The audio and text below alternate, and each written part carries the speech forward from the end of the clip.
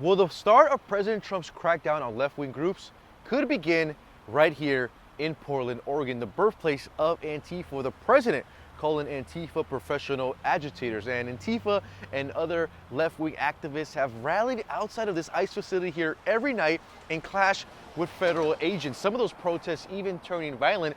You can see here at the ICE facility, many of these windows now have been completely boarded up, and we see also lots of graffiti around. Now, these protests here are happening on a nightly basis and have turned violent at times, with crowds throwing rocks and launching fireworks at agents and towards the windows of the facility. Some groups have even attempted to set a fire while agents were inside the building. And just recently, take a look at this. Protesters rolled out a replica guillotine in front of this ICE facility in Portland. In response, DHS went on to say, quote, "The American people gave us a clear mandate to secure the homeland in Portland and across America. Threats, lies, and vile attacks will not alter our course." The designation of Antifa as a domestic terrorist organization declares Antifa as a militarist, anarchist enterprise that explicitly calls for the overthrow of the United States government. You go out to Portland and you see what's happening in Portland. This is like nobody's ever seen anything like it every night, and this has gone on for years.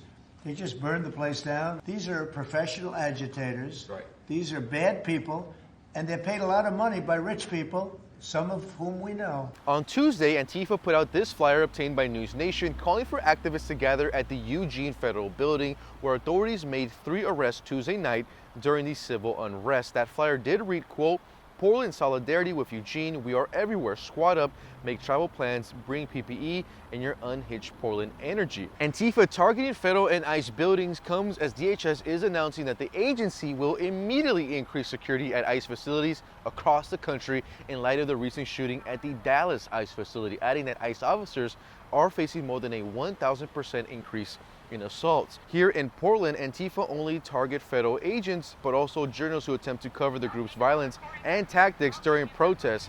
Antifa and left-wing activists use violence to deter journalists from covering the anti-fascist movement in the city.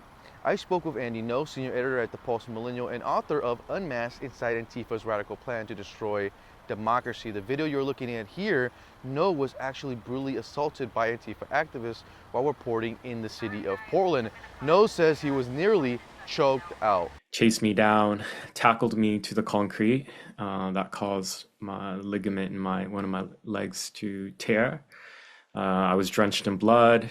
They try to choke me out. These are anarchist communists. Their ultimate goal is revolution, to overthrow the US government. And Antifa later tonight is expected to demonstrate once again outside the Portland ICE facility. Now, it'll be interesting to see if the recent designation of Antifa as a terrorist organization group will deter some of those demonstrations. We'll have to wait and see, but we'll be reporting here from the Portland ICE facility.